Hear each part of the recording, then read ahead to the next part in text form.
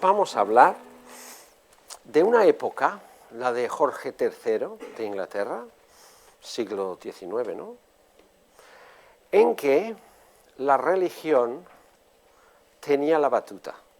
Hablar en contra de la Iglesia era sedición. La sedición tiene un castigo importante. ¿Por qué? ¿Por qué somos religiosos? ¿Los demás animales son religiosos? ¿Pueden serlo?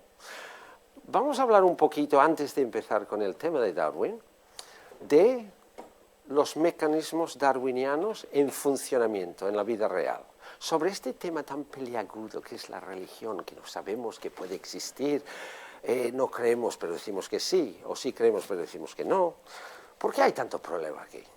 Vamos a ver. La vida en comunidad de los seres humanos no empezó con las ciudades, empezó con las hordas. Las hordas son grupos nómadas de entre 5 y 80 personas, más o menos. Todo el mundo se conoce. Hay parentesco en todo el mundo, aunque la relación incestuosa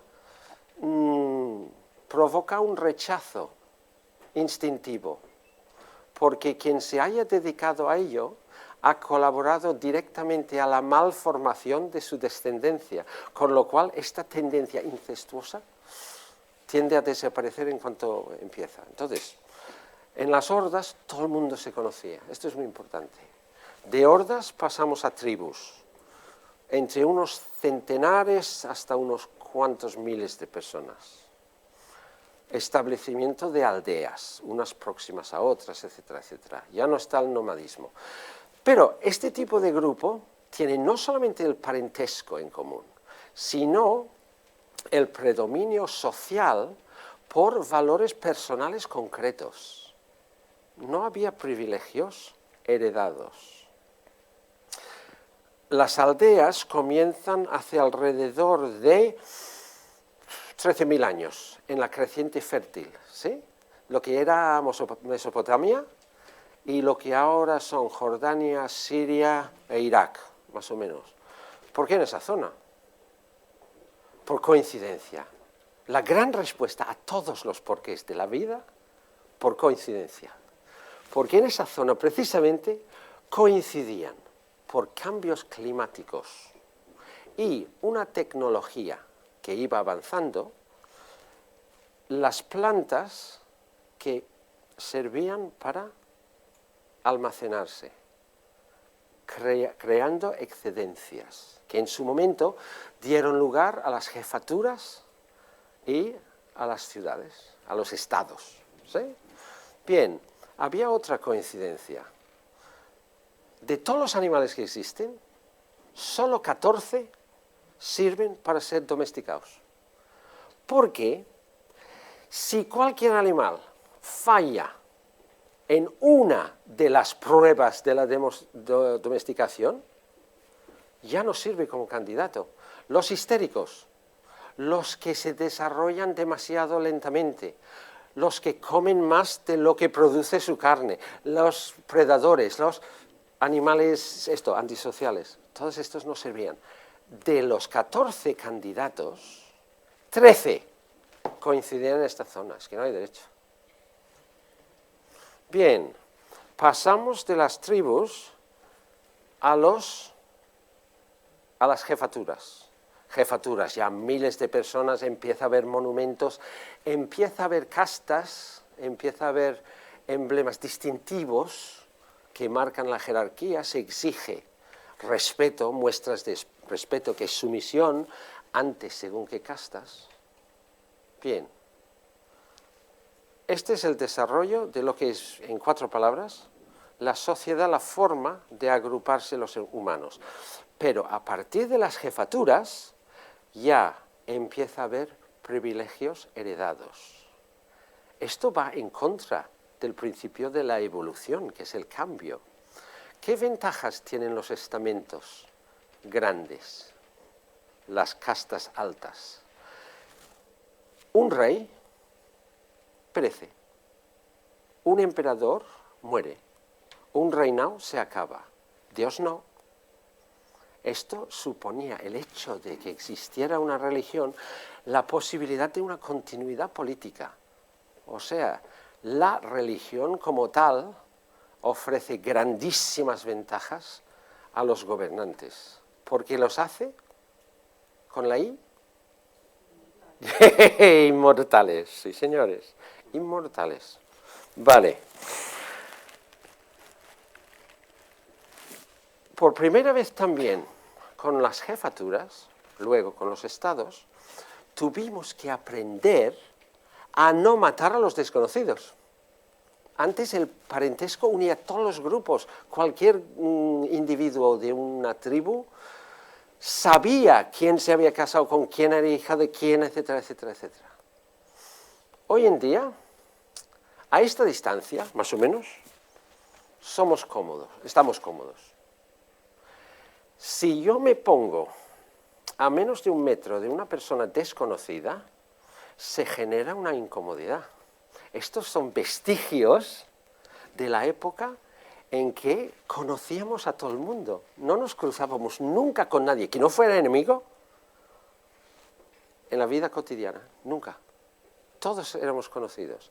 Otra cosa, que se pierde mucho con el uso de los móviles en las ciudades. Vamos andando por la calle, se cruza alguien con nosotros. Existe ¿cómo es? La descortesía cortés. Tengo que mirar a esa persona un instante y luego apartar la mirada.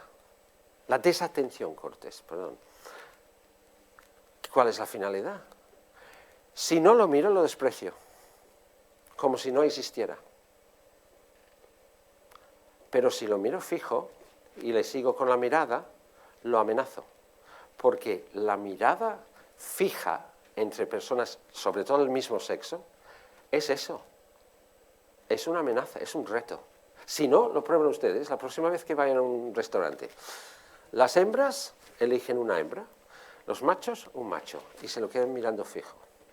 Fijo, ¿eh? Una de dos, si es una persona más bien sensible, más bien nerviosa, no sabrá dónde mirar para no encontrarse con esa mirada. Y si es una persona un poco subida de tono, ¿qué va a hacer? ¿Qué pasa? ¿Qué? ¿Nos conocemos o qué? Estas cosas funcionan y se pueden poner a la prueba todas. Bien, las creencias. Las creencias de las hordas y de las tribus, que si había magia en una piedra, que si había etcétera, etcétera, etcétera, no tenían la finalidad ni de justificar una redistribución desigual de bienes, ni la finalidad de erradicar el asesinato de desconocidos, porque estas circunstancias simplemente no existían. Se conocía a todo el mundo y no había excedencias. En cuanto una creencia metafísica cumpla estas dos funciones, ¿sí?, justificar la redistribución desigual de bienes y erradicar el asesinato, se llama religión. Es la diferencia entre una creencia y una religión con todas las letras. ¿Ok? Bien. Entonces, tenemos una serie de privilegios heredados en los estados, en las jefaturas y en los estados. Y tenemos que contener a los desconocidos para que no se echen a sus respectivos cuellos. De acuerdo, tenemos una función de la religión. Pero la pregunta al $1.000.000, ¿por qué somos religiosos? ¿Un perro puede ser religioso? No, seguro. No. Ni un bicho maltés, que no. Vale.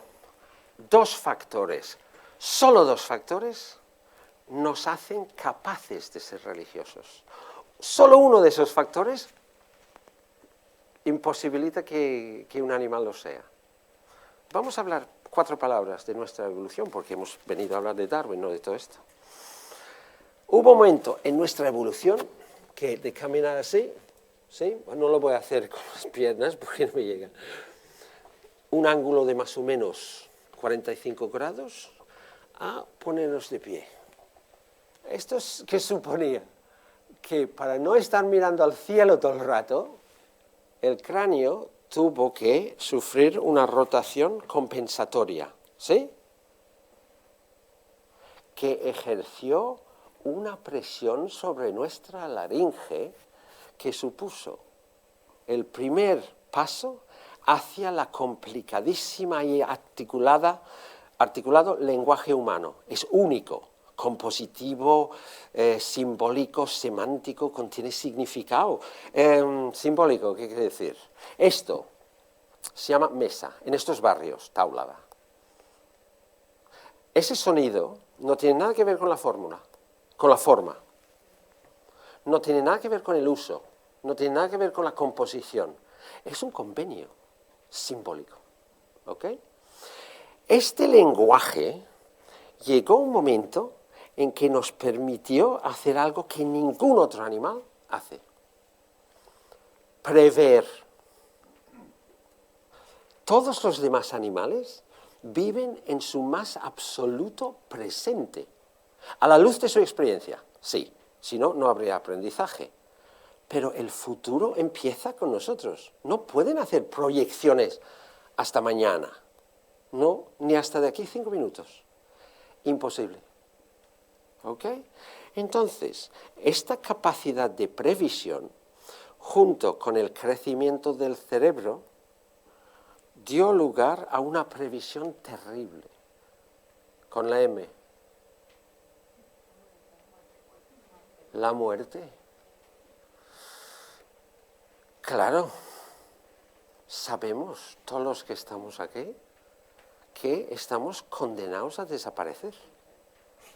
Entonces, el cerebro humano es de un tipo que necesita explicaciones de todo lo fundamental en la vida para paliar la angustia del desconocimiento. ¿Qué va a pasar? No sé. Mientras no sabemos una explicación en concreto, la inventamos. Es así de sencillo, porque es mucho mejor, más tranquilizador, agarrarte a una posibilidad que decir, es que no sé. Llegamos durante nuestra evolución a proyectar pensamientos que nos explican que vamos a morir. Esto genera la necesidad de encontrar algo, pero no sabemos inventar.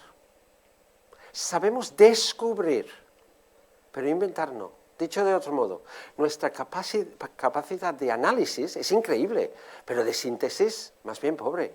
Necesitamos hoy una cura para el SIDA. ¿Por qué no está?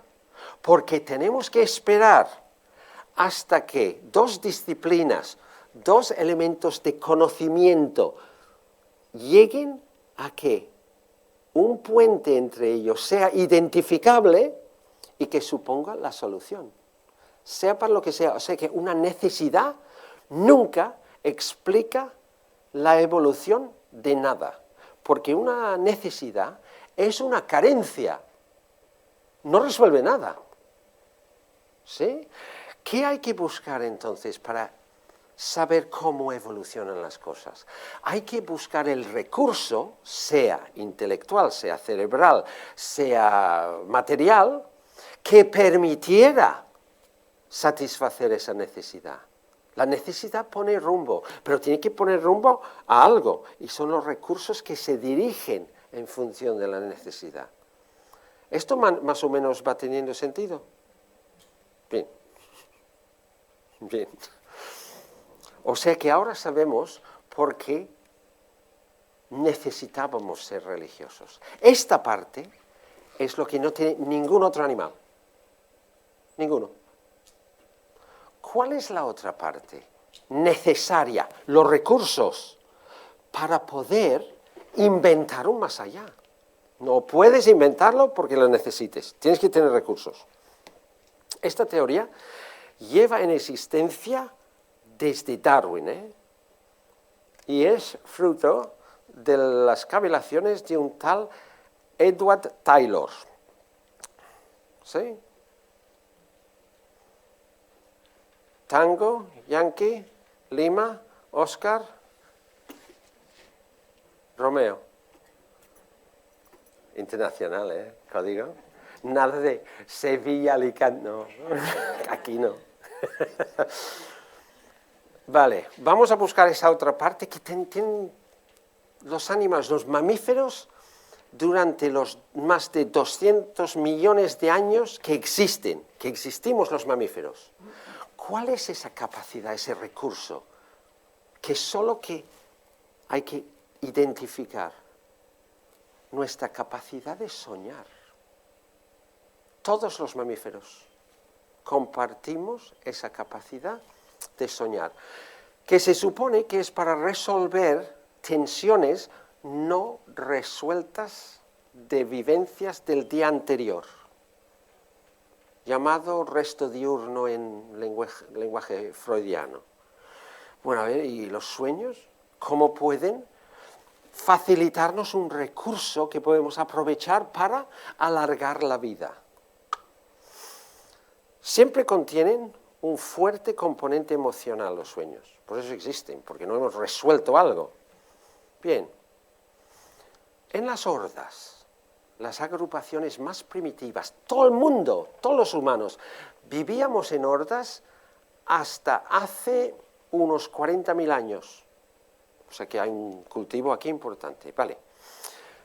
En las hordas moría una persona cercana, todo el mundo era cercano.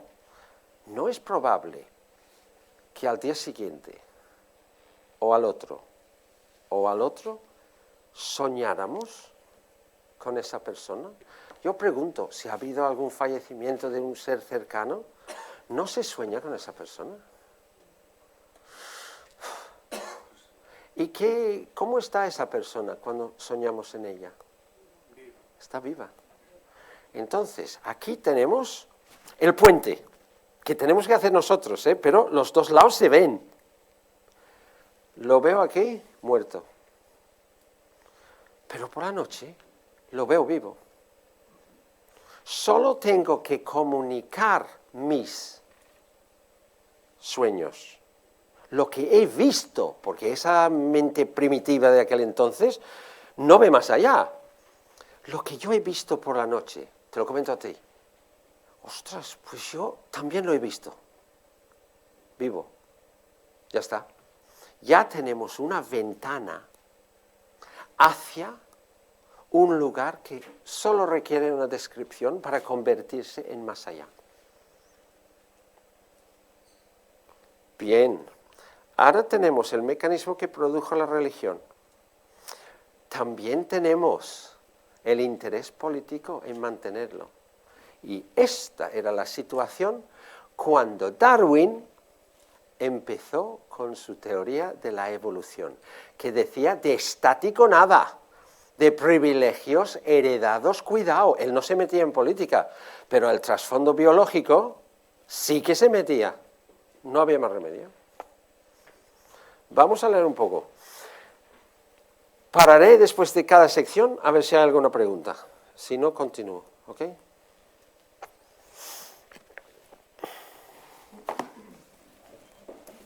Bien.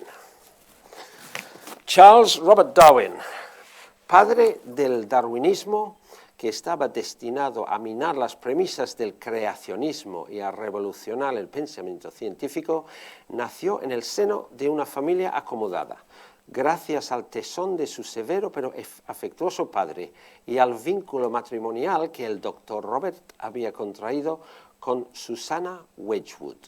Susanna Wedgwood era una de las hijas de un magnate de la cerámica, de la zona central de Inglaterra. O sea que había dinero. Bien, nos encontramos al final del reinado de Jorge III y en la época de la novelista Jane Austen. Robert y Susanna eran padres típicos de la emprendedora clase alta que comenzaba a emerger. La vida giraba en torno a la lectura y a la correspondencia, a las cenas, los bailes en las casas de familias similares del vecindario. Las animadas conversaciones en estas ocasiones habrían incluido temas como la música, la literatura, la política y las ideas revolucionarias del momento. La seguridad y felicidad de una infancia transcurrida entre su propia familia en Shrewsbury y la de los Wedgwood, a 30 kilómetros de distancia, solo fueron momentáneamente interrumpidas por la muerte de su madre de peritonitis en 1817, cuando Charles tenía 8 años. La devoción maternal de sus 3 hermanas mayores borró en relativamente poco tiempo hasta el recuerdo de la crónicamente enferma Susana. Unos meses después, ya con 9 años, Charles fue internado en la escuela de Shrewsbury, aunque esta institución se hallaba a 15 minutos de su casa. Su hermano mayor Erasmus llevaba 3 años ahí y fue, a la vez, el vínculo con la familia y el apoyo moral que Charles tanto necesitaba. Adoraba a su hermano. La escuela de Shrewsbury tenía como cometido preparar a los hijos del sector adinerado de la sociedad local para su ingreso en las universidades de Oxford o Cambridge, o, cuando menos, elevar su nivel de conocimientos para que pudieran, aún sin continuar sus estudios, vivir de manera cultivada en las propiedades de sus familias. El local era en sí tristemente inadecuado. La capilla servía de aula y los dormitorios estaban atestados. Algunos niños tenían que dormir en la galería que estaba situada encima de la biblioteca y otros en casas cercanas. Había un dormitorio especialmente largo, con una sola ventana al fondo, que albergaba de 20 a 30 niños por la noche. Después de 60 años, a Charles Darwin todavía se le revolvía el estómago al pensar en la, cito, peste atroz de aquella sala por la mañana. Los padres de los niños suplementaban la desagradable comida con cestas de carne, tortas y fruta. Los hijos de la clase adinerada eran violentos. En 1818, el año que llegó Charles, algunos chicos mayores se dedicaron al pillaje, intimidando a los granjeros en el mercado, matando cerdos y rompiendo las antiguas ventanas de vidrio plomado de la biblioteca de la escuela. A pesar de ello, Samuel Butler el director, pudo afirmar en 1826 que, cito, jamás se ha azotado al mismo niño 2 veces en una semana, más de 3 veces en 26 años. Bien. Cuando podía, Charles volvía a casa, por la noche o durante los fines de semana, para coleccionar especímenes o realizar experimentos químicos en la caseta de su jardín. Consideró sus años en la escuela como un vacío en su educación. Un día aprendía de memoria 40 o 50 líneas de Virgilio u Homero, 48 horas más tarde no quedaba vestigio alguno de su esfuerzo. Aunque nunca descendió bajo el nivel de mediocre en sus estudios en Shrewsbury, su padre no estaba contento, de modo que a los 15 años Charles fue precozmente enviado a Edimburgo para estudiar medicina nuevamente junto a su hermano mayor Erasmus. La ciudad comenzaba a acusar la presencia de barrios de chabolas, consecuencia del surgimiento de las nuevas industrias, pero la vitalidad intelectual de la capital, apodada el Atenas moderno, llenaba de emoción los ambientes estudiantiles. Erasmus siempre había sido de constitución frágil y su salud empeoraba, hasta el punto de merecer una salva de precauciones y remedios procedente de alguien poco amante de escribir cartas, su padre. Cuando los hermanos salían de paseo, a hacer alguna visita social o a conocer alguno de los pocos lugares que Erasmus quería ver, Charles lo acompañaba siempre, solamente a él, mientras que habitualmente ambos permanecían en sus habitaciones leyendo. Erasmus prefería los temas filosóficos. Charles estudiaba zoología e historia natural. Cuando Erasmus acabó sus estudios en abril de 1826, volvió a Shrewsbury, encantado de no tener que continuar soportando los incómodos contrastes culturales del norte. Charles, por tanto, se vio obligado a salir de su reclusión, en pleno tumulto político. La enardecida lucha para reformar el obsoleto sistema académico de las universidades estaba asimismo en su apogeo. Charles Darwin asistió a 9 cursos universitarios que abarcaban las áreas tradicionales de enseñanza médica, anatomía, cirugía, medicina general, materia médica y sus asignaturas complementarias, además de apuntarse a química e historia natural. Pero la combinación de repulsión innata ante la sangre y el sufrimiento e insatisfacción con respecto a la calidad académica de la mayoría de los cursos universitarios acabó por desalentarlo. Salió corriendo en una ocasión de una intervención practicada sobre un niño. En esta época, antes de la aparición del cloroformo como primera anestesia de uso generalizado, la impresión que recibió debió ser determinante. Si esto era la medicina, Charles no quería saber nada más de ella. Cuando llegó el final del curso de primavera de 1826, estaba decidido que no quería seguir. El único inconveniente era que su padre debería ser informado. No se atrevió. Así que, mientras Erasmus fue enviado a una escuela de anatomía londinense para continuar sus estudios, Charles volvió a Edimburgo en octubre de 1826 para empezar su segundo año como estudiante. Ahora también le entristecía la soledad. El verano había supuesto un breve viaje a París con su tío Josiah Wedgwood, la primera vez que había estado en el extranjero, durante el cual se había dado cuenta de que su parte de la herencia paterna le permitiría vivir cómodamente sin la necesidad de ejercer como médico o, dado el caso, sin trabajar. Empezó a desatender sus clases de medicina. Conoció al célebre especialista en esponjas y ateo confirmado Robert Edmund Grant, con quien realizaba salidas a las aguas próximas a Edimburgo para estudiar la diminuta fauna marina. También recibió clases de taxidermia del esclavo negro liberado John Edmonton. Pero, aunque se apuntó a algunos cursos de historia natural impartidos por Robert Jameson, acabó convenciéndose de que solo podría ser él mismo si abandonaba la carrera de una vez. Al enterarse de esto por las hermanas de Charles, su padre, con su 1,83 m de altura y sus 149 kilos de peso, explotó, con esa voz de falsete que recordaba que solo era un mortal. Solo te preocupa cazar con escopeta los perros y coger ratas, y serás una vergüenza para ti mismo y para toda tu familia. Fue la primera vez que su padre se había enfadado con él en serio, y había que elegir rápidamente una profesión alternativa que, por una parte, reflejara la posición social de la familia y, por otra, asegurara una cierta independencia económica si fallaba la herencia. ¿Ok?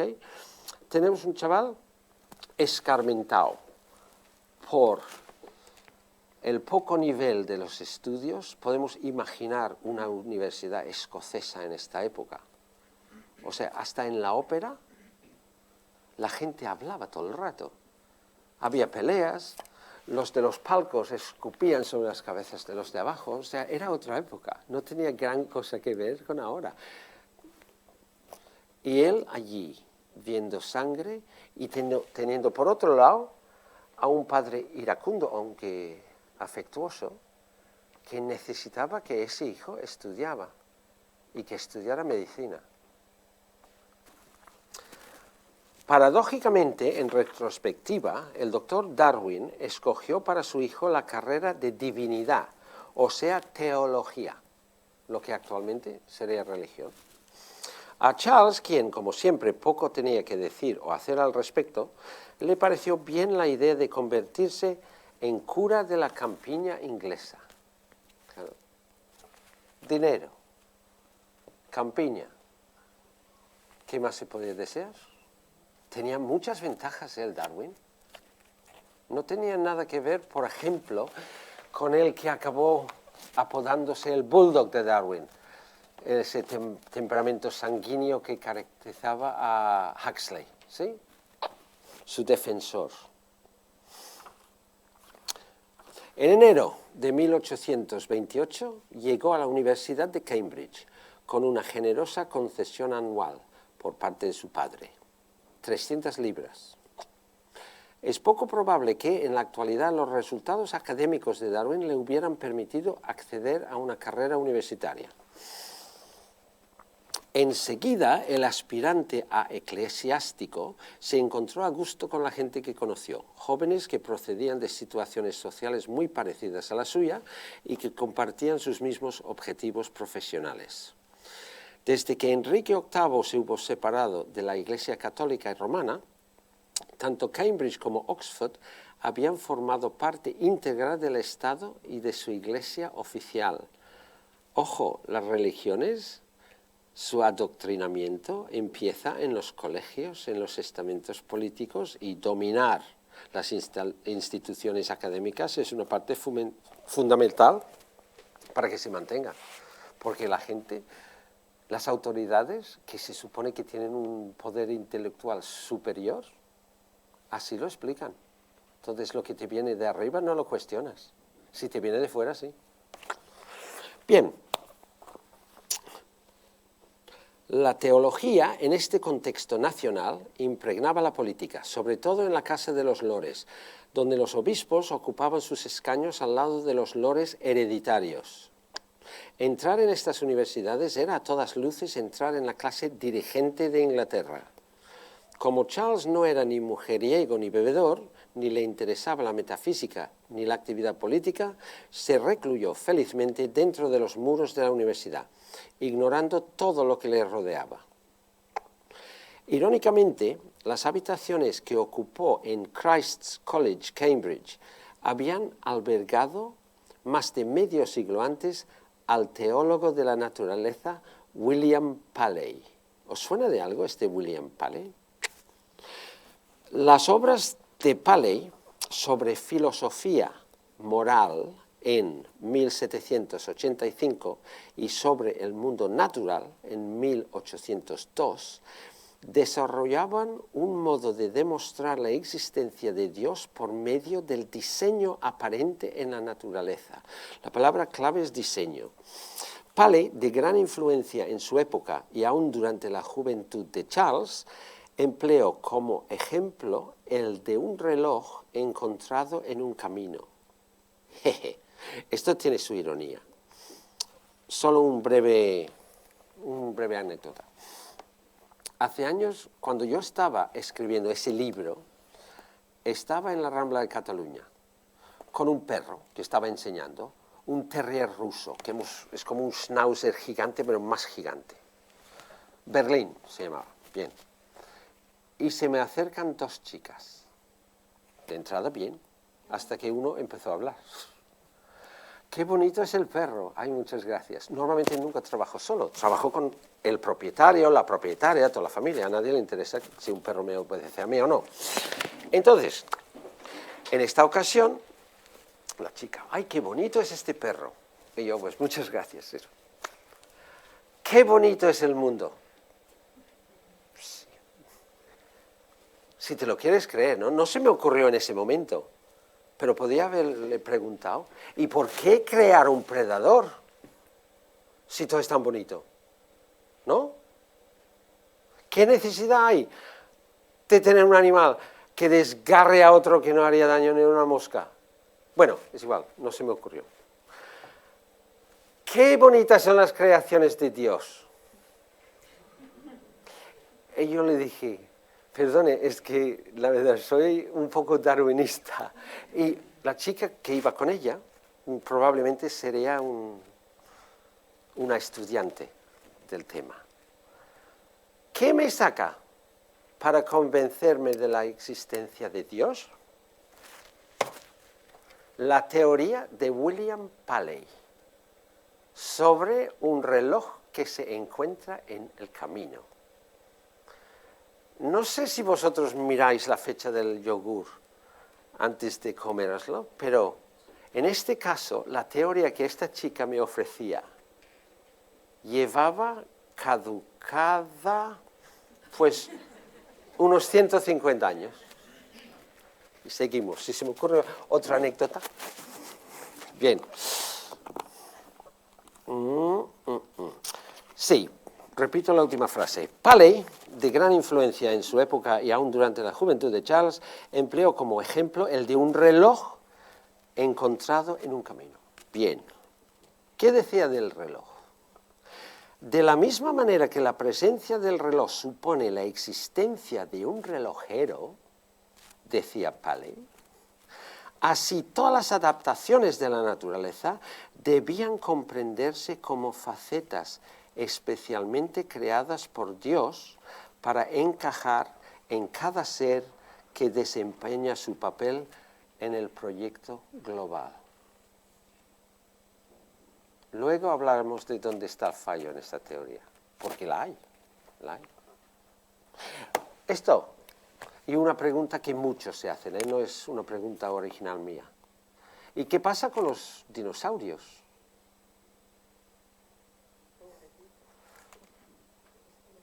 ¿Por qué fulminaron a tanto coloso? ¿El tiranosaurio fue pecaminoso? ¿Por qué? ¡Oh! Fallo. Todos fuera. No, no puede ser. Pero este no es el fallo en esta teoría. Luego lo miramos. Bien. Este proyecto global, ¿qué? Vale. Este proyecto global, sí, se caracterizaba por su estabilidad, por sus jerarquías intrínsecas. Parece que estamos hablando de la aristocracia británica. Que, por cierto, en un libro que se llama La historia natural de los pijos, está bien, comunidades cerradas que procrean, rechazando, bueno, etcétera, etcétera, descubrió, no me acuerdo del nombre de su autor, que las bancadas, no sé cómo se llaman, orientadas hacia el alabado sea vuestro Señor, tenían justo al lado imágenes del Señor de la finca. O sea que nuestro Señor se puede entender de las dos maneras, pero que confluyen, que se solapan.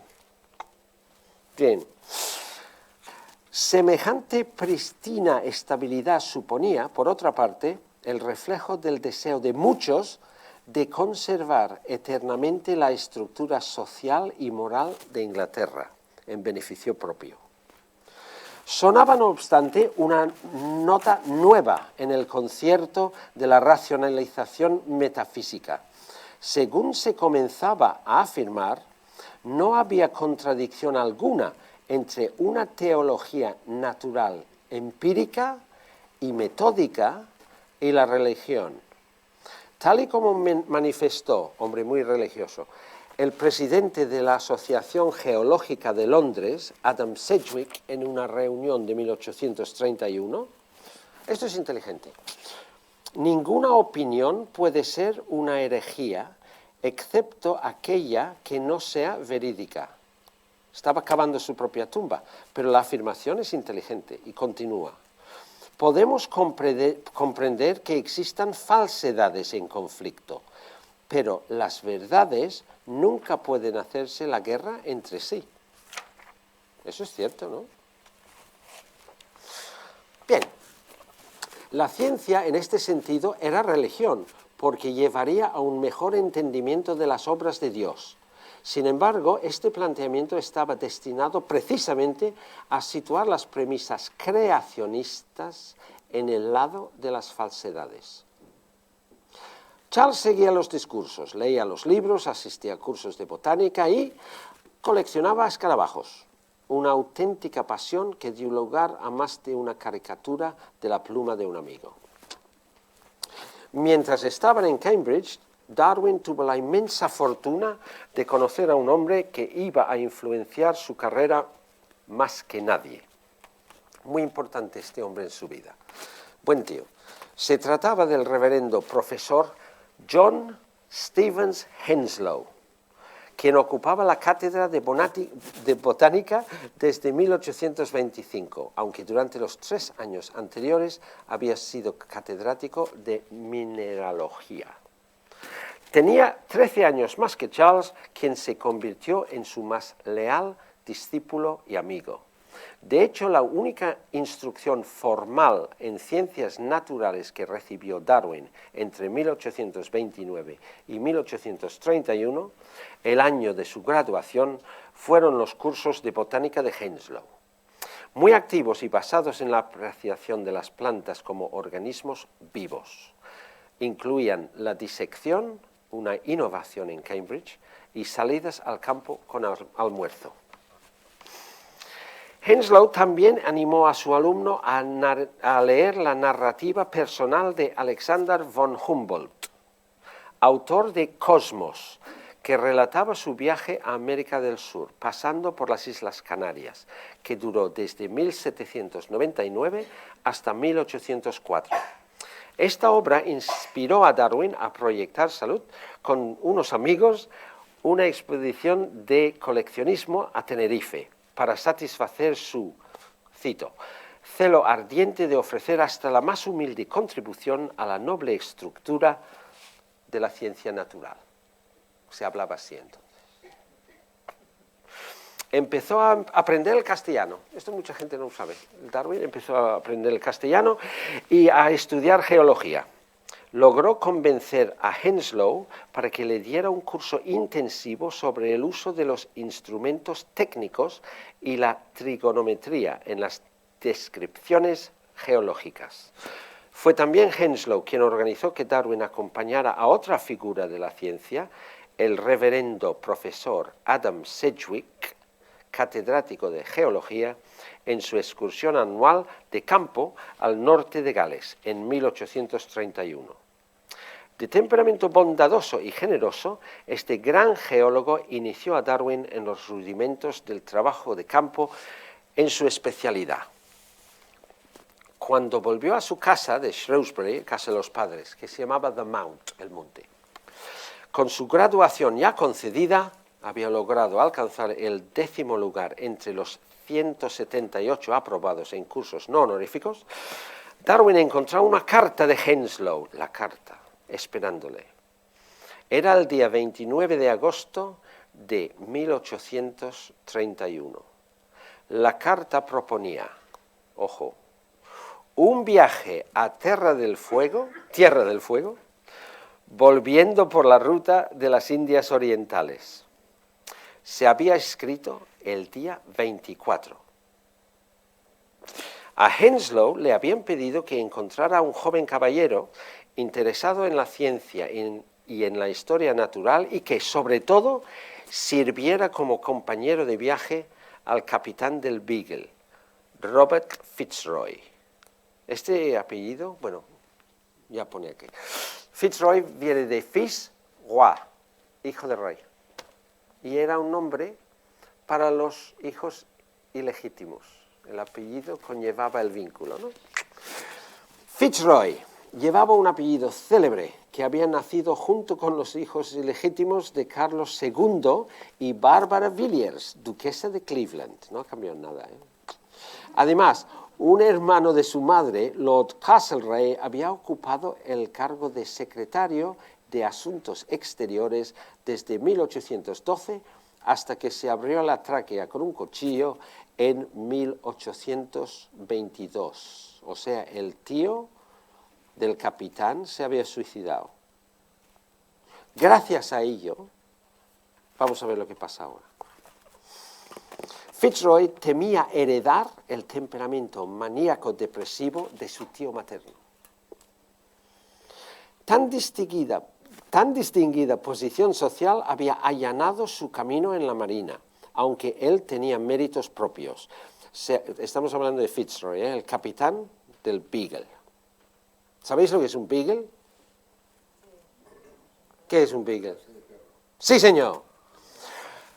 Como todas las nacionalidades han puesto nombres a sus barcos de guerra, y no de guerra, que implican determinadas cualidades que tendrían que tener sus tripulaciones, el Beagle se caracteriza por su tenacidad.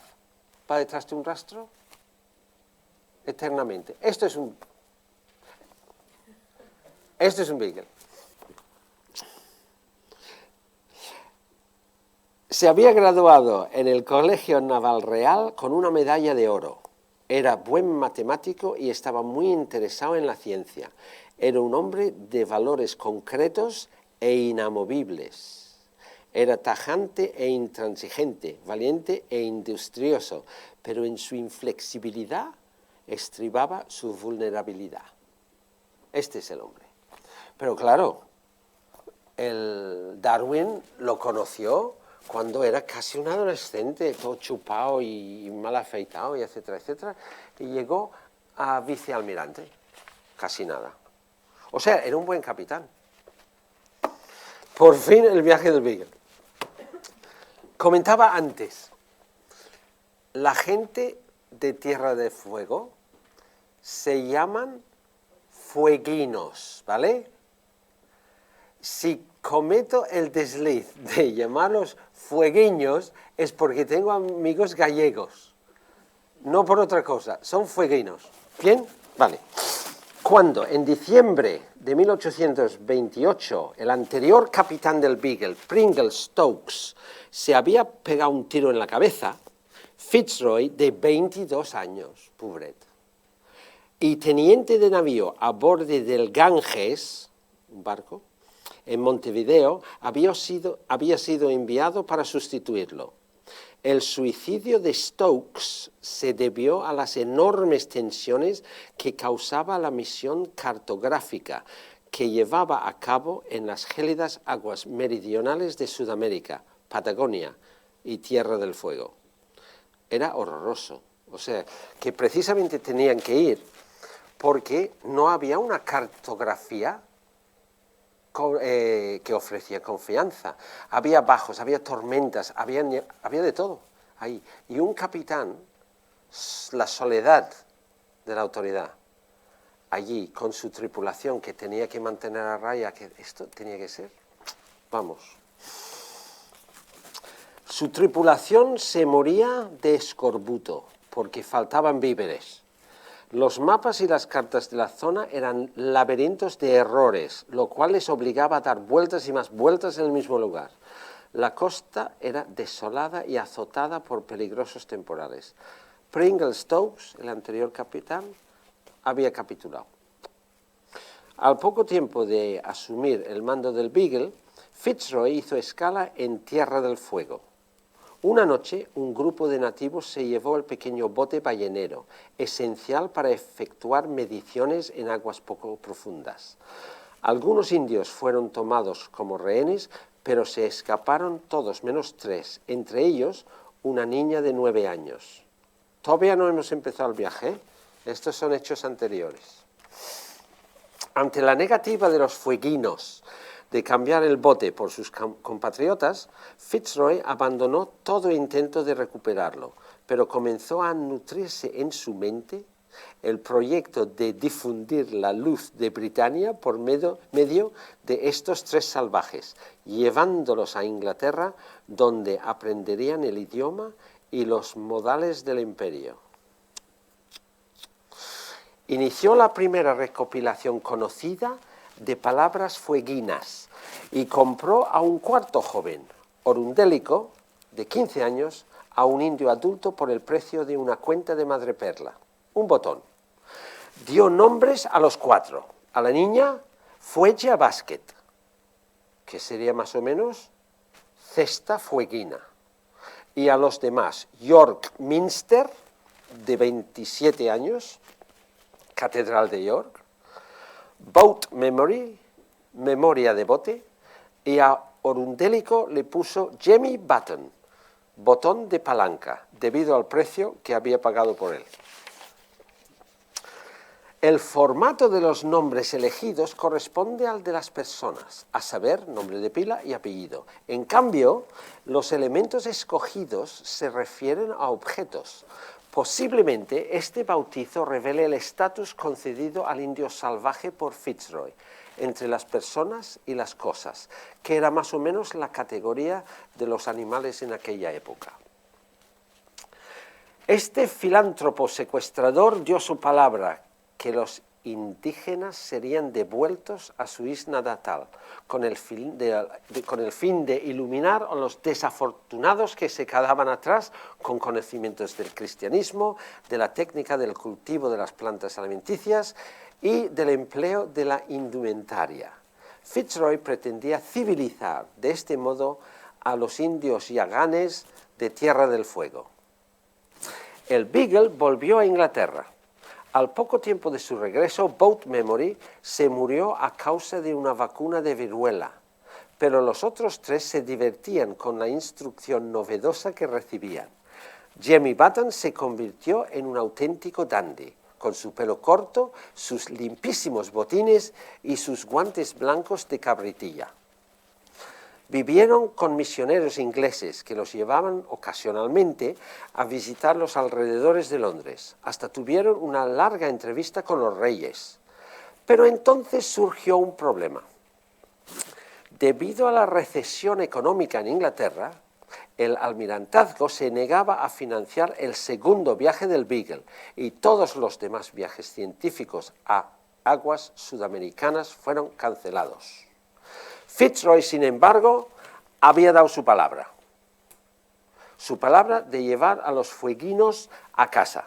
Solo le quedaba una solución: financiar su regreso él mismo. La palabra es para algo, ¿no? La pregunta es, ¿a quién había dado su palabra? A los fueguinos, ¿no? Bien. En julio estaba ultimando detalles para fletar un barco, él mismo con sus propios fondos, cuando el almirantazgo decidió acabar la misión iniciada en su viaje anterior, la de levantar cartas de navegación de Sudamérica. Detrás de esta decisión estaba la influencia de su tío paterno, el duque de Grafton, y el interés profesional de otro hombre poderoso, el capitán irlandés Francis Beaufort, nombrado hidrográfico de la Marina en 1829 y famoso sobre todo por su escala, que relaciona las fuerzas del viento con sus correspondientes estados de mar. ¿Os suena la escala Beaufort? ¿Sí? Fuerza 1, Mariana, viento en calma, etcétera, etcétera. Bien. Los mares australes, decían estos hombres, eran altamente significativos en términos tanto navales como comerciales. El almirantazgo se dejó convencer. No obstante, esta vez el Beagle iría solo, esta vez no había barcos de apoyo.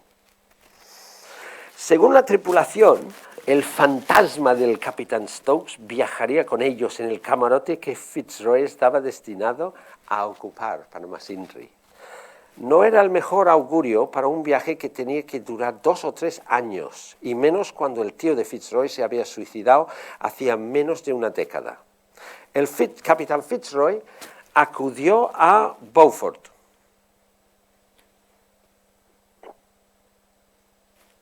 Lo conocía personalmente y sabía que era la fuerza motriz de la coordinación de los estudios científicos con las operaciones navales.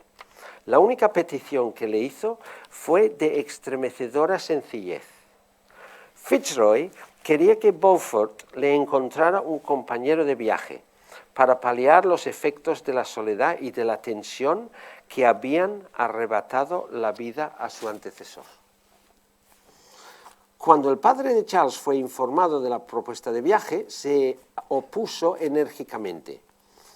Su hijo solo tendría su permiso para emprender semejante aventura si lograse convencer a una persona que el doctor Robert considerase sensata de que no era una idea descabellada. Característicamente, Charles hizo una lista de las objeciones de su padre y la llevó a su tío, el ceramista, para enseñársela a su tío, gracias a cuya intervención fue finalmente concedido el beneplácito paterno. el día 5 de septiembre de 1831, en el despacho de Beaufort, en el edificio del Almirantazgo, se celebró la entrevista entre Darwin y Fitzroy. Enseguida congeniaron y quedaron para cenar juntos aquella misma noche y para volver a verse al día siguiente, con el ánimo de comentar el viaje con más detalle y hacer algunas compras juntos. Pero nunca fueron pareja, ¿eh? Bien. Al estar los comercios cerrados el día 8 debido a la coronación en Westminster Abbey de Guillermo IV, tercer hijo de Jorge III y tío de la futura reina Victoria y su reina Adelaida, Darwin pagó 1 guinea por un asiento, escribiendo posteriormente a sus hermanos que era, cito, como lo que se ve en los libros de imágenes de los desfiles de Oriente. El 11 de septiembre, Darwin y Fitzroy fueron a Plymouth en barco para ver el Beagle en los astilleros.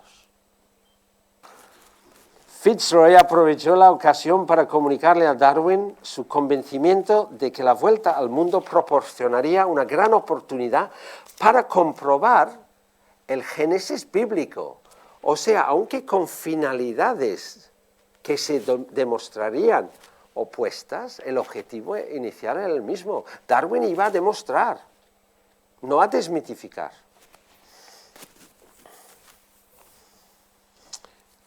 Ambos hombres creían, como toda la gente instruida de la época, en la veracidad literal del relato de la creación. Darwin, como naturalista, encontraría fácilmente pruebas del diluvio universal y de la primera aparición de todas las cosas creadas sobre la Tierra. Cuando llegaron a Plymouth, sur de Inglaterra, solo os quiero enseñar una cosa. He hablado de la casa de los padres de Darwin, que es donde él creció, donde él volvía. Eso está aquí, en Shrewsbury. Y este magnate de la cerámica, con cuya hija se casó Darwin, pues estaba más o menos 30 kilómetros. Todo esto, lo de la juventud de Darwin, se centra en esa zona.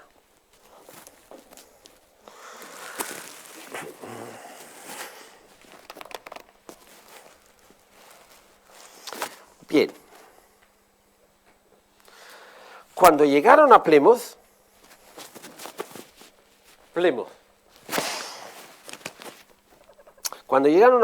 el Beagle estaba desarbolado en dique seco.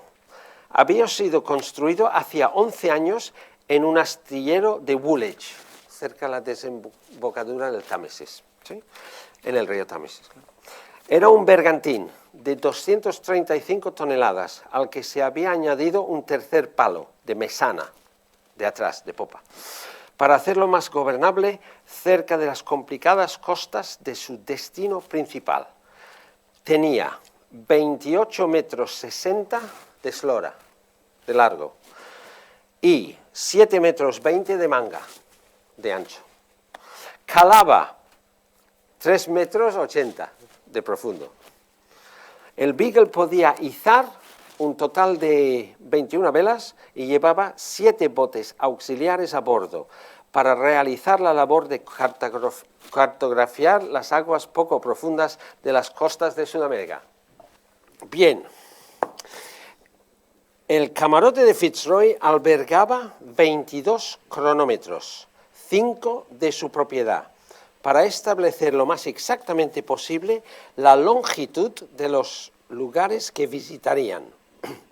Sus 10 cañones eran de cobre en lugar de hierro, para no descompensar las brújulas. Aunque la fecha prevista para zarpar había sido el 4 de noviembre, la meticulosa restauración del Beagle había retrasado el inicio del viaje. El día 21, Darwin llenó el diminuto espacio de a bordo que se le había concedido de tarros, libros y un nuevo microscopio. Su camarote era el de popa. 3 semanas más tarde levaron el ancla y se hicieron a la mar, pero se levantó un temporal del sudeste en el Canal de la Mancha, que después de una lucha de 36 horas, que se dice pronto, les obligó a correr hacia el abrigo de Plymouth nuevamente y a esperar 10 días más para que amainara. El día 21 de diciembre volvieron a intentarlo, pero una ráfaga de viento fuerte hizo que el Beagle embarrancase en la isla de Drake. ¿Reconocéis ese apellido? Todavía dentro de la bahía. Cuando lograron reflotarlo, el viento había vuelto al sudeste, de modo que Fitzroy decidió pasar la Navidad anclado en el puerto. Durante la tarde del 27 se levantó un viento favorable de levante y, por fin, pusieron rumbo a las Islas Canarias. La última visión de Inglaterra que tuvieron las 74 almas que estaban a bordo fue el faro de Eddystone. Al día siguiente, el terrible mareo que Darwin siempre padecía con mal tiempo fue exacerbado por los gritos de 4 marineros que Fitzroy había mandado azotar por negligencia, desobediencia y borrachera. Un total, quedaos con la copla, de 134 latigazos, con lo que se llama el gato de 9 colas, ¿sí? Las colas de cuero anudadas con nudos, que una fuerza de arrastre brutal. Bueno, el mareo hacía que Darwin permaneciera en el camarote que compartía con Fitzroy día tras día, comiendo solamente pasas y galletas secas de barco. Cuando llegaron a Tenerife, el cónsul en Santa Cruz les negó permiso para desembarcar debido a los brotes de cólera registrados recientemente en varias ciudades inglesas. O sea, no es que hubiera cólera en las islas, había cólera en ciudades británicas. Querían evitar que se extendieran a las islas. No podían esperar y Darwin, muy desilusionado al no poder seguir los pasos de Humboldt a través de la isla, vio como el Beagle dirigía su proa hacia las islas de Cabo Verde, que se encontraban hacia el sur. Por fin, Darwin pudo ir a tierra. Fondearon durante 23 días, mientras Fitzroy fijaba la posición exacta de las islas. Y el primer lugar donde Darwin desembarcó en su viaje alrededor del mundo fue Porto Praya, en Santiago, una isla volcánica ubicada a unas 300 millas al oeste de la costa africana, en el paralelo 15 norte aproximadamente. Aquí fue donde empezó a ordenar sus diversas experiencias en historia natural y a adentrarse en el mundo de la investigación científica. Desde las islas de Cabo Verde cruzaron el Océano Atlántico, hicieron una brevísima escala en las yermas rocas de San Pablo, situadas a medio camino entre las islas de Cabo Verde y el continente americano, para llegar a Bahía, en Brasil, el día 29 de febrero de 1832. Los alisios les habían permitido mantener una velocidad aproximada de 7 nudos, o sea, más o menos 160 millas diarias de promedio. Durante la travesía, Darwin había pensado en la posibilidad de escribir un libro sobre la geología de algunos de los países que visitaría.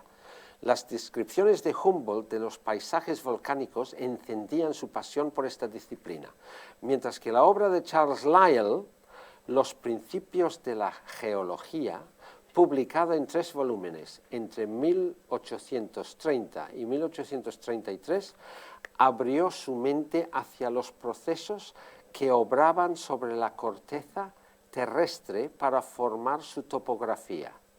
Estos principios uniformistas explicaban la manera de interpretar la evolución de la Tierra mediante la observación de procesos operativos en la actualidad. Este uniformismo ahora se llama actualismo. Es solo poder proyectar hacia atrás el efecto de circunstancias actuales, la corrosión, etcétera, etcétera. Los principios de Lyell también echaban por tierra la cronología, esto es divertido, bueno, para mí. Los principios de Lyell también echaban por tierra la cronología creacionista de la formación del mundo, ampliando en millones de años el tiempo disponible para el desarrollo de los procesos geológicos y, de paso, biológicos. La argumentación precisa que empleaba Lyell era la propia de un hombre que se había formado como abogado antes de dedicarse a la geología. Ahora, en 1650, el arzobispo de Armagh, en Irlanda, James Ussher, había publicado los resultados de sus cálculos, basados en la numerología bíblica y en la estimación del número de generaciones transcurridas desde Adán, de la fecha de la creación del mundo, del ser humano y todas las demás criaturas. El año de la creación, según Ussher, fue 4004 a.C., lo cual daba a la Tierra una edad aproximada de 6000 años. Pero hay más. Los cálculos de Ussher fueron afinados por otro clérigo del siglo XVII, Dr. John Lightfoot, vicecanciller de la Universidad de Cambridge. Lightfoot afirmó que, cito, el hombre fue creado por la Santísima Trinidad el día 23 de octubre del año 4004 a.C.,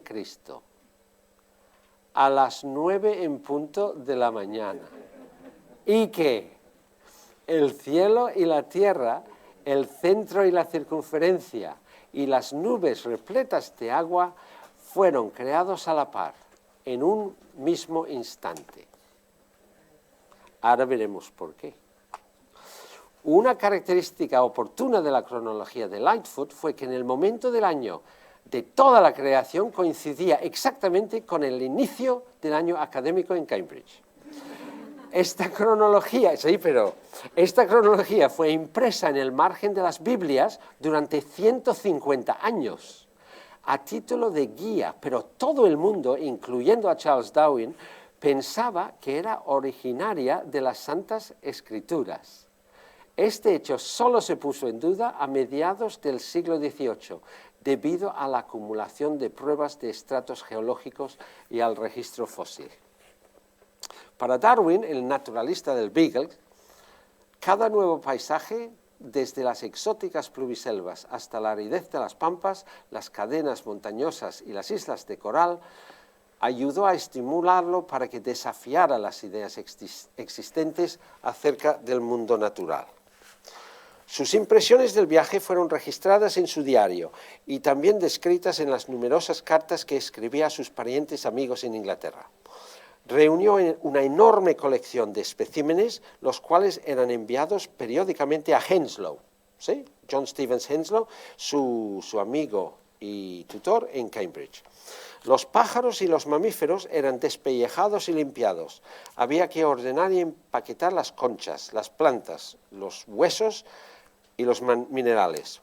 Darwin se mostró tan industrioso y tan meticuloso que recibía ayuda voluntaria de varios miembros de la tripulación que, como él, eran ávidos naturalistas. Le apodaron Filos, de filósofo. Aunque Darwin y Fitzroy tenían opiniones diferentes con respecto a la religión y a la política, entre otras cosas, y aunque sus diferencias llegaron en contadas ocasiones a provocar enardecidas discusiones, en general supieron mantener ese respeto mutuo tan esencial para dos hombres que convivían en un espacio muy reducido durante mucho tiempo. Ahora cada uno se ocupaba de su propio cometido. Mientras Fitzroy se dedicaba a cartografiar las costas de Sudamérica, Darwin investigaba la historia natural local. En septiembre de 1832, hizo uno de sus descubrimientos más emocionantes. El Beagle había doblado un promontorio llamado Punta Alta, cerca de la Bahía Blanca y a unas 400 millas al sur de Buenos Aires. En un acantilado de poca elevación, Darwin vio algunos huesos y conchas en la roca. Después de un día de trabajo intenso con pico y pala, ayudado por su sirviente Covington, se dio cuenta de que se trataba del esqueleto fosilizado casi completo de un megaterio. Solamente había un espécimen entero en Europa en una época en la que el concepto de extinción era casi tan revolucionario como el concepto de transmutación, lo que ahora llamamos evolución, de las especies. Si las especies eran estables y perfectas, tal y como Dios las había creado, ¿por qué tenían que desaparecer? En diciembre del mismo año, 1832, los 3 fueguinos que Fitzroy tenía a bordo fueron desembarcados en Cala Wollia, en la isla de Navarino, en Tierra del Fuego. Con ellos estaba Richard Matthews, de la Asociación Misionera de la Iglesia, para velar por la cristianización del salvaje, objetivo principal de la cruzada personal de Fitzroy. Darwin quedó atónito al ver a los indígenas desnudos por primera vez. Es que antes de este viaje, no sé si ha quedado claro, antes de este viaje Fitzroy ya había ido a esta zona y entonces es cuando había recogido a estos pobres desgraciados. Cito a Darwin, cuando vio los indígenas por primera vez. ¿Cuán completa es la diferencia entre el hombre salvaje y el civilizado? Es mayor que entre un animal salvaje y uno domesticado, escribió. Fue ya Basket, Jemmy Button y York Minster fueron acogidos por la tribu de su procedencia, pero cuando el Beagle regresó a cabo de 10 días, Matthews, el clérigo, mostraba gran agitación. La situación se volvía cada vez más peligrosa. En cuanto Fitzroy y su grupo hubieron marchado, los nativos habían empezado a robar los pertrechos y las provisiones. Cuando Matthews había intentado impedir el pillaje, le habían agarrado, golpeado y amenazado de muerte. Jemmy también había sido maltratado, pero York Minster se había puesto de parte de los indígenas y fue ya que permanecía en su choza, no quería saber nada de los blancos. Es curioso, pero no sé si lo sabéis. Seguramente sí. Como no figura aquí, pues sí. ¿Sabéis por qué hay gente blanca y gente negra? Empezamos 2 negros. O sea que el racista defeca encima de sus propios difuntos, por decirlo de una manera mínimamente educada. ¿Pero por qué el cambio de color? Los cambios no pueden saltar. O sea, todo se apoya sobre su estado anterior. Entonces, tenemos que empezar pensando en el momento en que la carne empezó a tener protagonismo en nuestros antepasados, cuando se volvieron más cazadores que carroñeros. ¿Por qué?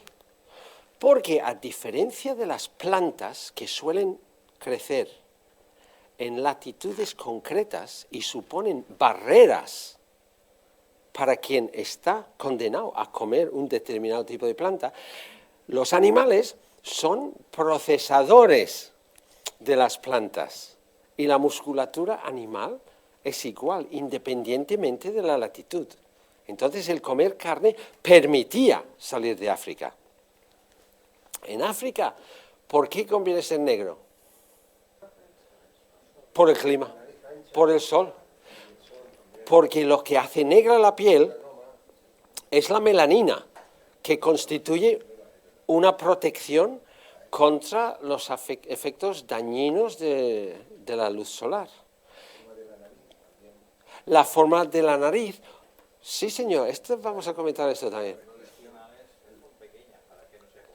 Sí. Además, el inuit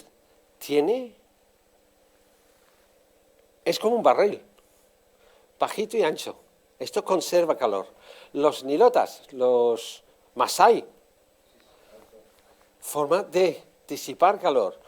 Entonces, al ir subiendo, ¿qué pasa si sigue siendo negro? La necesidad crea el órgano.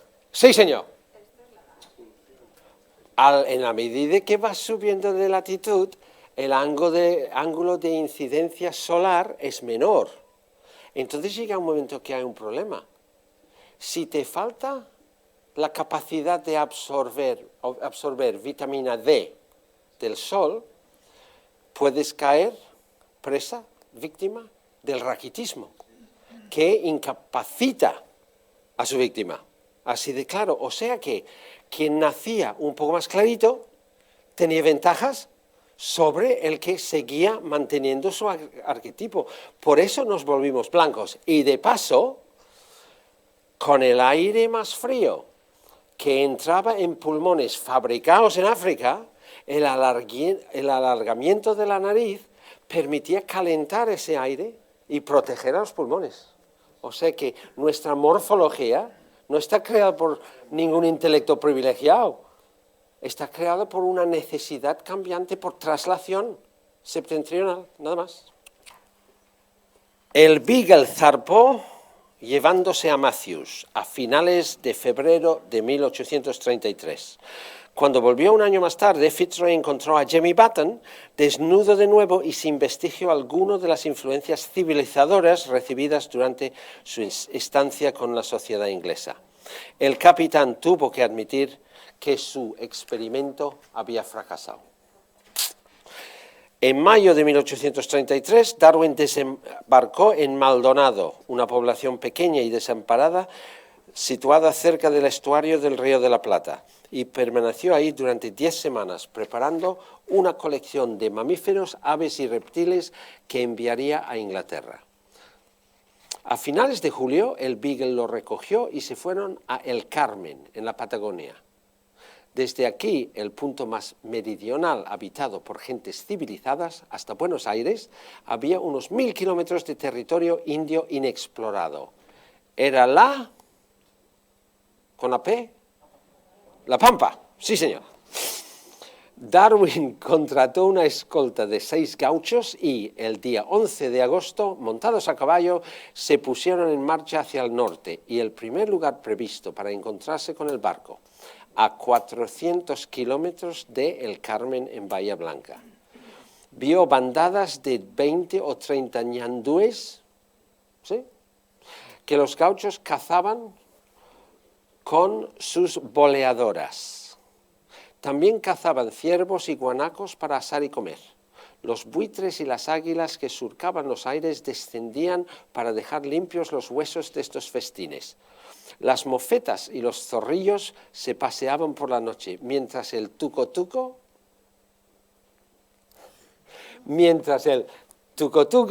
lanzaba agudos y etéreos gritos desde su madriguera. El grupo acampaba generalmente en la llanura, alrededor de un fuego, las sillas de montar como almohadas y las sudaderas como mantas. Darwin se reunió con el Beagle en Bahía Blanca el 24 de agosto, como habían previsto, para luego seguir con los gauchos 40 días y 600 kilómetros más hasta Buenos Aires. En 1834, Darwin emprendió una expedición a los Andes desde Valparaíso. Al contemplar una vista en la alta montaña durante el viaje de 800 kilómetros hasta Copiaco, encontró yacimientos marinos que incorporaban los restos de un bosque fosilizado. Se convenció de que esta parte de Sudamérica había estado sumergida bajo el mar antes de elevarse a más de 2.500 metros. El actualismo, los procesos de la Tierra.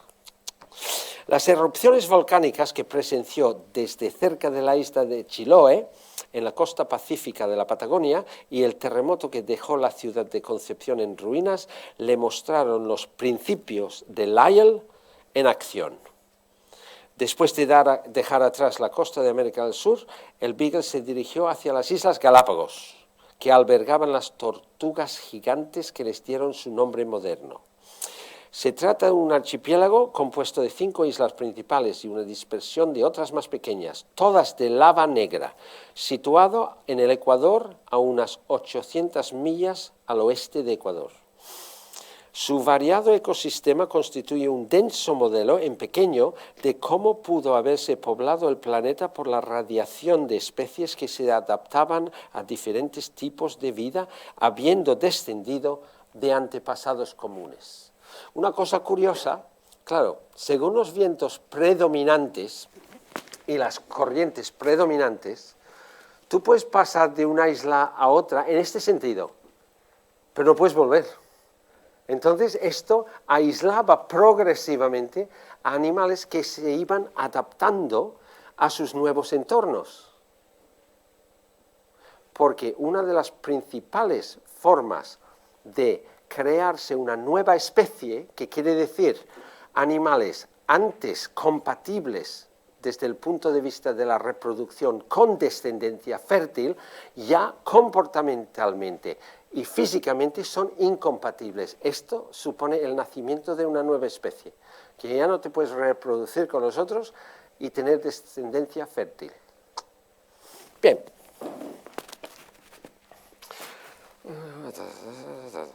Yes. Darwin vio osos marinos, pingüinos, cangrejos de un rojo brillante, los pinzones que estimularon su teoría de la especiación alopátrica. Esta es la especiación por entorno diferente, que supone un aislamiento, que puede ser una cadena montañosa, que puede ser el agua, que puede ser lo que sea. Y 2 tipos de iguana, uno terrestre y uno marino. Después de pasar 5 semanas explorando, en septiembre y octubre de 1835, Darwin y el Beagle se dirigieron hacia el sur para atravesar el Pacífico y llegar a Tahití, a Nueva Zelanda, donde Fitzroy, almirante y gobernador, se quitaría la vida, como su tío, a los 60 años. O sea, a pesar de todo, fueron a Australia y después al Océano Índico. Fue en las Islas de los Cocos, en la primavera de 1836, donde Darwin comenzó a consolidar sus ideas acerca de las formaciones coralinas. Y ahora estamos volviendo y no falta demasiado. El viaje de vuelta a casa se efectuó doblando el Cabo de la Buena Esperanza y arribando el día 8 de julio a la isla de Santa Elena, donde Darwin vio la tumba de Napoleón. Desde la isla de Ascensión, Fitzroy puso rumbo nuevamente a Sudamérica para completar el círculo de medidas cronométricas del mundo. El 19 de agosto abandonaron definitivamente el nuevo continente y el día 2 de octubre de 1836, 6 semanas más tarde, llegaron a Falmouth, en el sur de Inglaterra. El viaje del Beagle, escribió Darwin en su autobiografía, ha sido con mucho el acontecimiento más importante de mi vida. Y, continúa, ha determinado toda mi vida profesional. Siempre he sentido que debo al viaje el primer verdadero entrenamiento o educación de mi mente. ¿Sabéis lo que es una mente?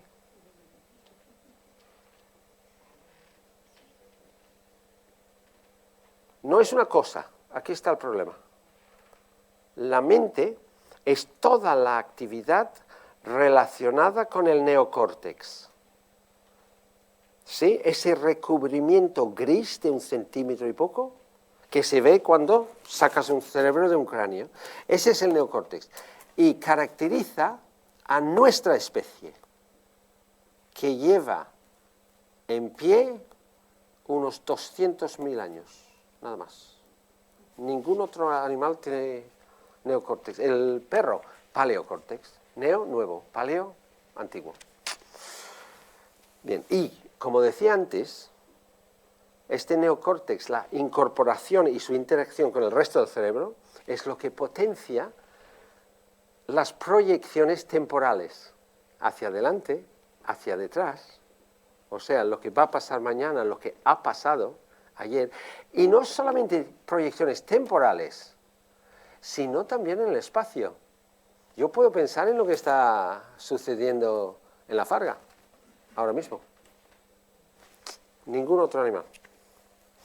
No tiene nada que ver la proyección con los mecanismos engranados en el disco duro, como la ardilla, que de forma compulsiva, cuando le toca, empieza a recoger frutos secos y a almacenarlos. Pero esto no es una auténtica previsión, una salida del momento presente. En el caso de la ardilla, es su momento presente que le obliga a recoger. ¿Sí? Bien.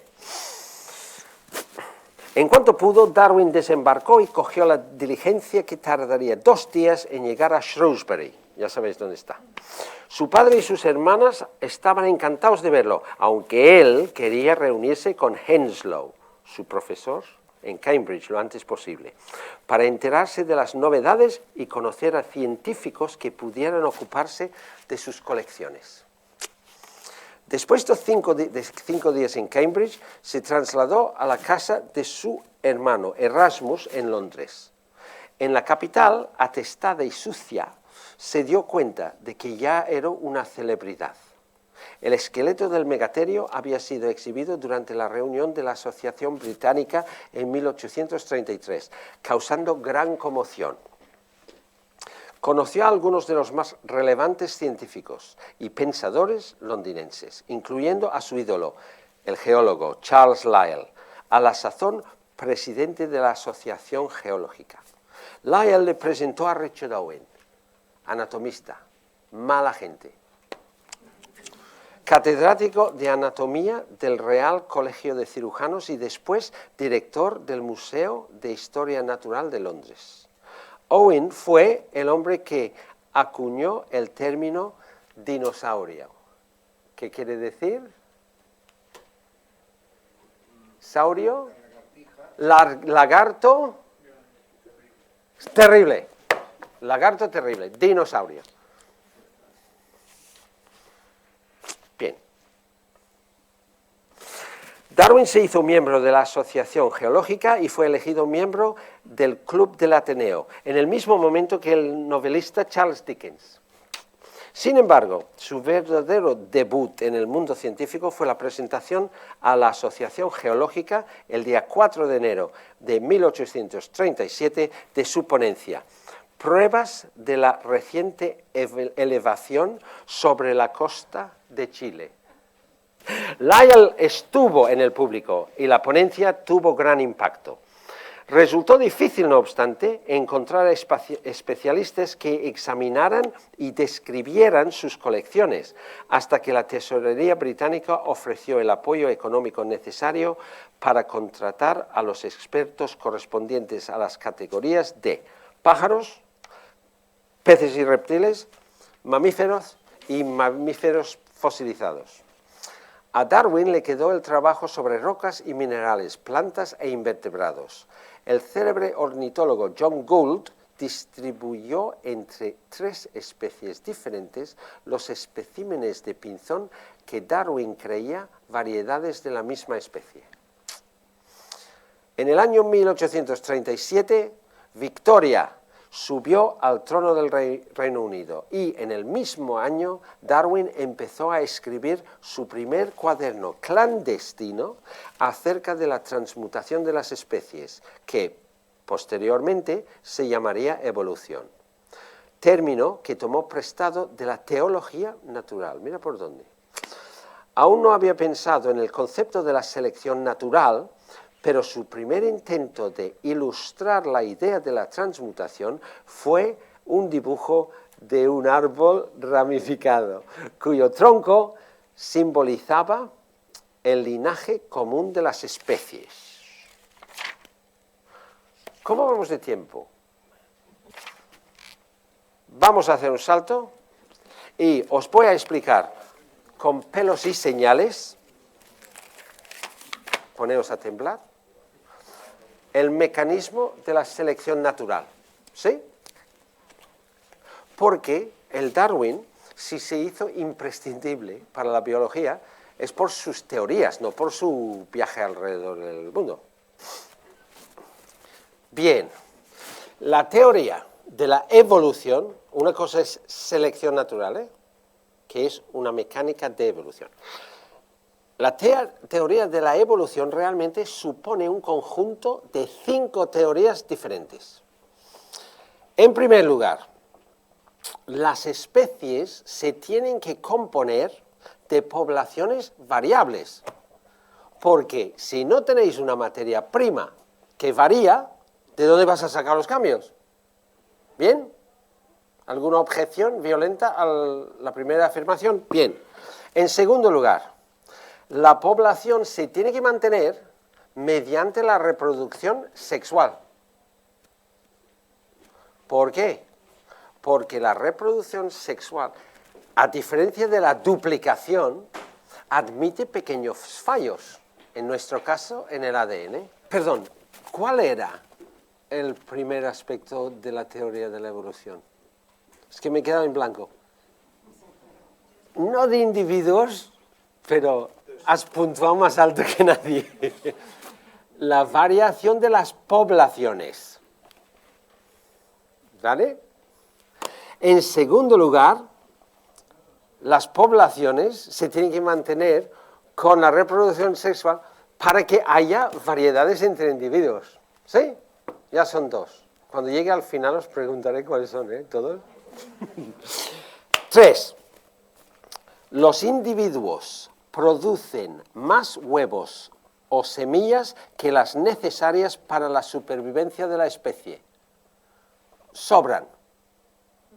Si no sobrasen, cualquier tipo de aniquilación diferencial acabaría con la especie.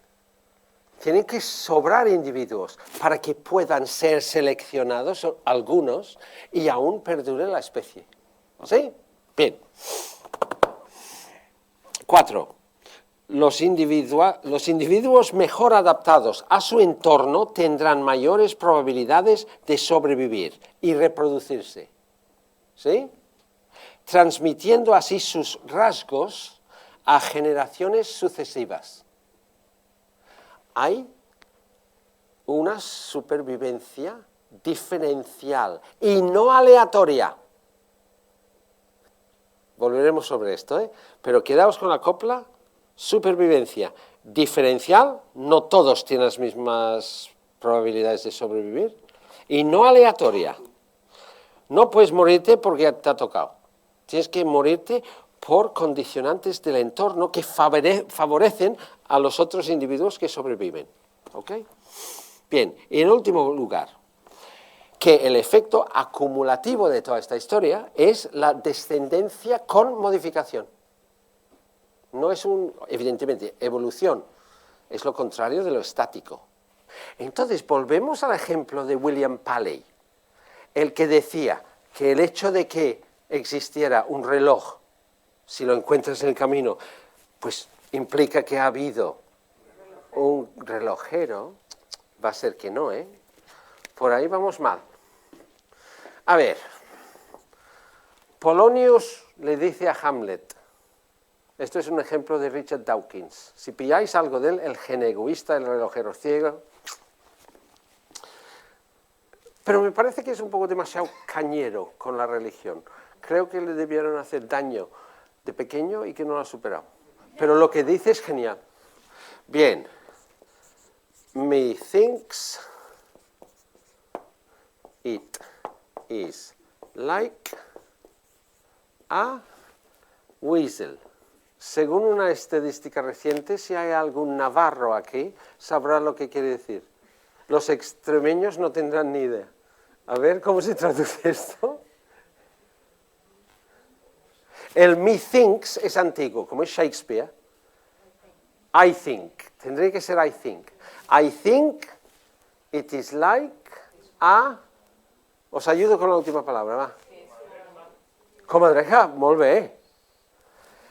Creo, el que es elíptico, creo que es como una comadreja. Polonius y Hamlet están contemplando las nubes y se fija Polonius en una nube y dice esto. Creo que se parece a una comadreja, después de decir que sí parece una ballena o no sé qué. Vale. Hay 26 letras en el alfabeto inglés, más un espacio. Total, 27. ¿Cuál es la probabilidad de, en un ordenador programado para sacar letras aleatoriamente, salga una M como primera letra? 1,27, molt bé. Vale. Esto, ¿no? ¿Cuál es la probabilidad? No vamos a hacer todas las letras, porque solo hay un cuarto de hora. ¿Cuál es la probabilidad de que salga no solo la M como primera letra, sino además la E como segunda? Mira, la probabilidad de que salga esto, las letras aleatorias, es de 1 partido por 27 por 1 partido por 27. Vamos a hacer esta sola multiplicación. Si me equivoco, reíros, me daré cuenta. 2 7 14, 2 7 14, 15. 7 7 49, 4, 7 14, 56, 7 19. O sea, solo las primeras dos letras, la probabilidad de que salgan, si no me he equivocado yo, es de 1 partido por 1729. La probabilidad de que salga toda la frase con sus espacios y letras, ojo, es de 10.000 millones de millones de millones de millones de millones de millones a 1. O sea, 1 partido por todos esos millones. No he ido diciendo millones porque me hace gracia. He contado, son 6 veces, 1 partido por 10 millones a 1. O sea que ni toda la vida esperando a que esto salga. Entonces, esto sería, ¿qué representan estas letras? Las mutaciones genéticas, aleatorias. ¿Cómo se puede construir un ser unicelular en base a las probabilidades estas tan increíbles de que salga solamente estos elementos, que no sé si hay 27 elementos aquí? Pues porque hay un efecto, que esto sí que es selección natural. ¿Qué hace la selección natural? ¡Ja! Lo que hace es lo mismo que si a este ordenador que hemos programado para sacar letras y letras y letras, le decimos, oye, si sale una letra en su sitio, fíjala. Ahí. Esto es lo que hace la selección natural. Fija cualquier mutación, mutación quiere decir cambio, nada más. Fija cualquier mutación útil. Fija cualquier cambio en función de su utilidad para ese individuo. ¿Cuántas generaciones, vamos a decir, cuántas veces hubo que hacer lo mismo con el ordenador programado para fijar los aciertos? Va, de 10.000 millones y millones y millones, uno, ¿cuántas veces tuvo que apretar el botón cuando se fijaban las letras? No, la idea no es mala, ¿1.000 millones? Sí, pues no.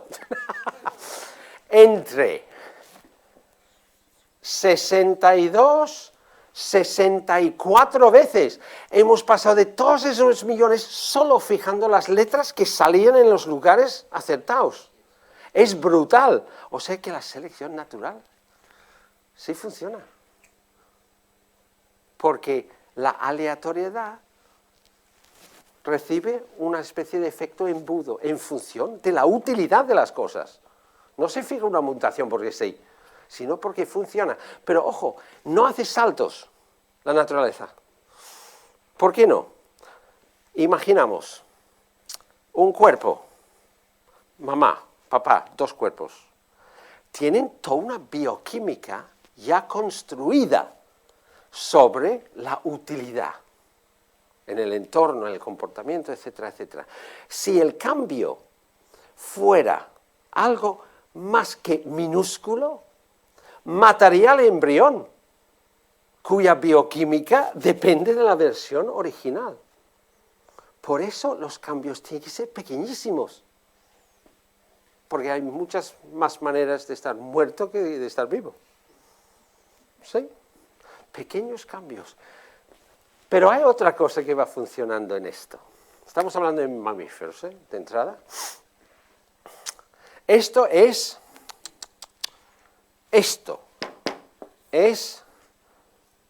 mutación genética más selección natural. La selección natural ya hemos visto que reduce aumenta las probabilidades.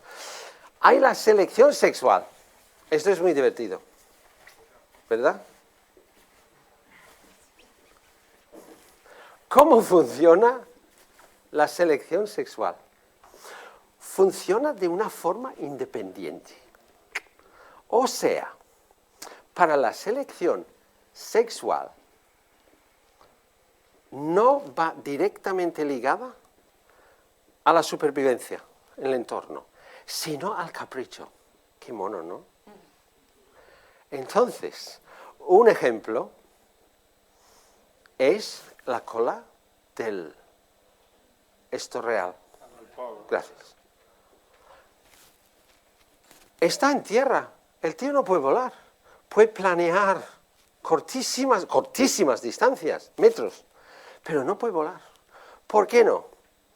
Porque a las hembras se encapricharon por una cola un poco más grande.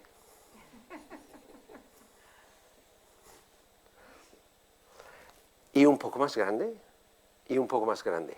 Como el agrandecimiento de esta cola no supuso la desaparición de la especie, pues ahí tenemos un pájaro que antes volaba súper bien y ahora no puede. Pero reproduce como nadie. Además, cuanta más cola mejor. Peor volará, pero se reproducirá más. ¿Por qué? Cuando una hembra dice, qué cola más guapa, y se aparea con él, no solamente la descendencia masculina hereda la cola más grande, sino que la descendencia femenina hereda el gusto por la cola más grande. Y así se va haciendo más grande y más grande y más grande, hasta optimizarse. O sea, en cuanto empezar a perjudicar al animal, todo el tinglado se desmonta. ¿Sí? Bien. O sea que tenemos las dos cosas, mutación genética, pero luego la selección sexual que va conformando la reproducción según el interés de machos y hembras por atributos del sexo contrario. ¿Sí? Hay un chiste que refleja eso, porque la naturaleza, recordad, es un proceso ciego y estúpido. A nadie le importa. O sea, a la madre naturaleza no le importa que mueras o sufras. Funciona en base a apaños. El chiste que refleja exactamente el mecanismo de la selección sexual se refiere a un hombre que va por la jungla, seguro que lo habéis oído, con un yunque en el hombro. ¿No? No os hagáis ilusiones, no es muy bueno. Y se encuentra con un amigo. Y el amigo dice, ¿dónde vas con ese yunque en el hombro? Y el tío responde, pues es que si veo un felino grande, tiro el yunque y puedo correr mucho más deprisa. Lo que está diciendo la selección sexual es que la hembra dice, jolín, para tener esa cola tan inmensa y seguir viviendo, debe tener unos genes de narices. O sea, no va más allá. Bueno, la belleza significa salud también. Sí, pero no en un pavo real, ¿o sí? Bueno, un pavo real Bueno, con unas el yunque, sí, con unas plumas brillantes. sí señora, Significa que, sí, sí. que está más sano. Sí. Sí, pero ¿de qué le sirve tanta salud si no puede volar? Porque se va a reproducir más, ya está. Bien, volviendo, última cosa, última observación.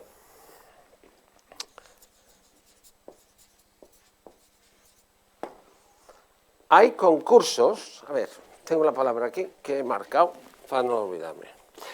Todos estamos compitiendo con todos, ¿eh? Por el espacio, por los recursos, etcétera. Vale. Concursos, competiciones, ¿no? ¿Cuál sería la azarosa? Que es la mutación genética, espontánea. No sabes cuándo va a venir, ni por qué, ni cómo va a ser. Serían los dados. Por muchas veces que se tiren, mutación genética, dados. Pero luego hay el concurso de resultado proyectable. O sea que el resultado cuyo final no es azarosa, que va de talento, que va de previsión, que va de... como podrían ser los dardos. En principio, cuanto más practiques, cuanto más estudies el tema, cuando mejores son los, etcétera, aquí sí que el resultado va a ir en función del acierto. Esto, mutación genética, esto, mutación genética más selección natural. ¿Ok? Gracias por vuestra paciencia. Bueno, Muchas gracias. no más a vosotros.